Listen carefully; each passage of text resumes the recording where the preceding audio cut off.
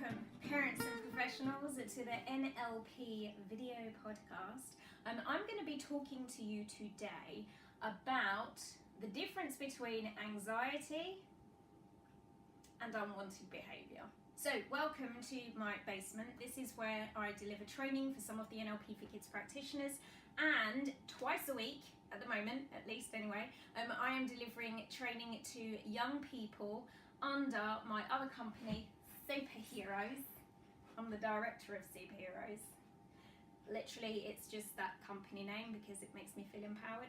But anyway, the workshops that I'm delivering at the moment are for young people who have issues around anxiety. Now, here's the thing. I've started to notice that some young people that I meet whose parents believe they have anxiety are not all that anxious. Now, there may be times in their lives when they present with what looks like anxiety, or maybe they even present with very anxious behaviours and reactions. Sometimes what looks like anxiety isn't anxiety, it's behaviour. I'm sorry about this. I'm being very delicate about how I say this because I don't want to discredit anyone who has or is experiencing anxiety, because it's a horrible thing. It's a really uncomfortable feeling, and it's really important that people who are in that state have got the right tools to be able to get themselves out of it again. That's the first thing. The second thing is that it's also important that we sometimes step away from what are the tools and strategies this person needs. I know an NLPer saying, let's step away from the tools and strategies. Bear with. What I also think is important sometimes is that we look at what are the other factors surrounding this young person. What are the environmental influences that may be impacting upon how this young person is behaving and reacting? Because sometimes it's not anxiety. I'm sorry, it's just not. Sometimes it is related to anxiety because maybe they have a sense of uncertainty or a sense of unsafeness going on inside of them. But if we were to reshape some of the environmental things or some of maybe the chaotic things that are going on around them, they actually wouldn't have that anxiety problem anymore. So there's maybe only so much that I can do in terms of giving them tools and resources to be able to manage their emotions better. Actually, sometimes the solution isn't in them, the solution is in the other stuff that's going on around them. So what do I mean by that? Here's what I mean. Sometimes when we have a young person who is anxious, a parent or a carer or a professional who is working with them, because our inclination is to really want to get them out of that bad feeling as quickly as possible, we give them options, lots of options. We say, what do you need right now? Do you need a hug? Do you want to watch a movie? Do you want to have a drink? Do you want to cancel your play date? Do you want to go to bed? And we just kind of bombard them with all these different options in the hope that one of them might be the solution, in the hope that one of them they might latch onto and go, yeah, that's it, that was exactly what I needed. And I think that comes about because when children are very young and they lack the communication skills, you are playing guesswork really. You just sort of bombard them with all these different options in the hope that, if they're upset, one of them might distract them and take them off in a more positive direction.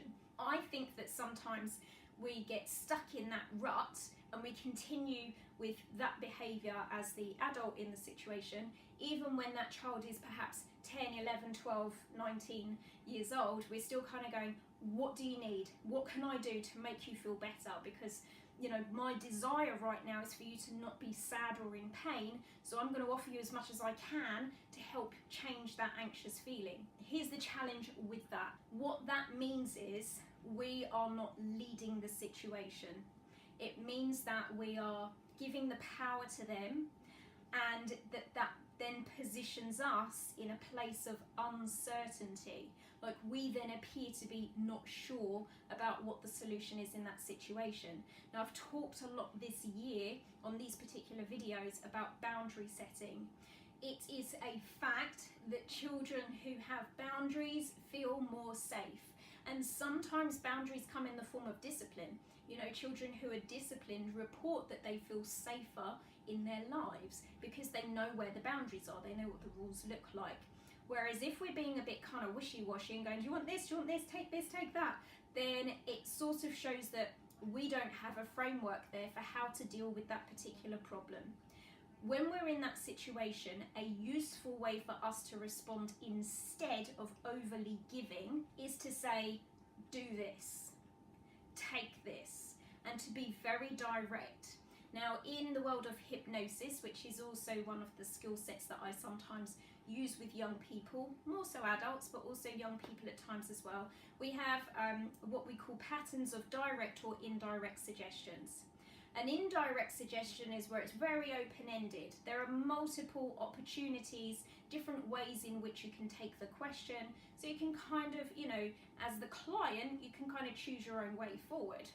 A direct suggestion is where we're much more forceful. We tell them what we want them to think, we tell them how we want them to feel, and we just give them the one channel that they're going to pass through. So that would be a direct suggestion.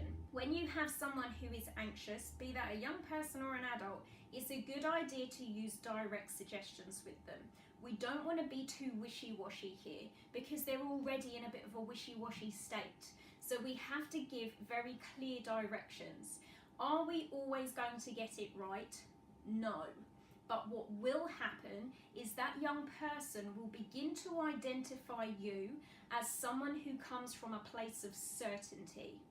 Even if what your suggestion isn't the right fit for them, even if it's not, the fact that you have said it with conviction, that you believe it will bring about a result for them, will create a sense of you kind of being sure of yourself. And when we are unsure, we like to be with other people who are sure. If we are uncertain, we look to the people who have certainty to lead us. Think about politics, for example. You know, you don't vote for someone who's a bit like, well, you could have this, or we could do it this way, or we could do that. I mean, I think you should choose. We go with the people who say, this is what we need to do, and this is how we need to do it. Because we kind of, you know, we want to be led. When we're uncertain, we want someone to lead us. Even if later on we go, no, that wasn't quite the right thing, we still want to have that alignment with people who are giving off that perception of certainty. So that is your job here as the parent or professional working with someone who is anxious. You need to give off bags of uncertainty. And what that will also start to do is it will start to separate out the young people who have a genuine anxiety problem versus the ones who have perhaps more of a behavioural problem that perhaps presents itself in uncertain, anxious sorts of ways at times. We want to be able to say, right, you have a genuine anxiety problem, here's how we're going to be able to solve it, versus your issue is possibly not anxiety, this is more coming from behaviour, we've got to set some boundaries here. With you guys, we need some strategies. So we can start to separate them and see who needs what. Now, as I said, the key thing to remember here is that when you propose what the solution is, and you're just going to go with one at a time, not multiple things. Or if you're giving options, it's this or this, make a decision. We're not going to give multiple solutions to a problem because it's too overwhelming. And if someone genuinely has anxiety, they can't make those kinds of decisions anyway. They're already confused. They need a leader at this point in time. So when we do this, we're going to do it from a place of certainty, even though we don't know if it's the right solution. If it's the right solution for this problem. We might not even know if it could work, but we're going to do it from a place of certainty so that that young person begins to get their reassurance from how we respond to them. We don't want to be responding anymore from this position of, well, let me offer you this, let me offer you that. What is it that you need right now? We're not going to give them so many options. We're going to give them much more direct suggestions and notice how they start to gravitate towards that position of certainty. I will be upfront and honest with you here. parents are probably more guilty of overly giving than other professionals are, simply because other professionals are going to behave like professionals. You know, they're always going to have a boundary there anyway because they have a job to do. Whereas with parents, it comes more from a place of love, and when you see your young person in pain or discomfort, it's more about soothing that rather than going at it with what could be perceived as a harder edge around it. You can set boundaries, you can act with certainty, you can give direct suggestions from a place of love. You can do that, because here's the thing, sometimes when we give too much and we offer too much from a loving place, we actually prevent someone from growing and developing. And then it's more about sort of meeting your own selfish needs, because it kind of makes me feel better to give out all that love and to do all the nice stuff. Whereas when we need to be a bit firmer and harder, perhaps with ourselves and that young person, it feels a bit more cold. It doesn't fulfill us in the same sort of a way.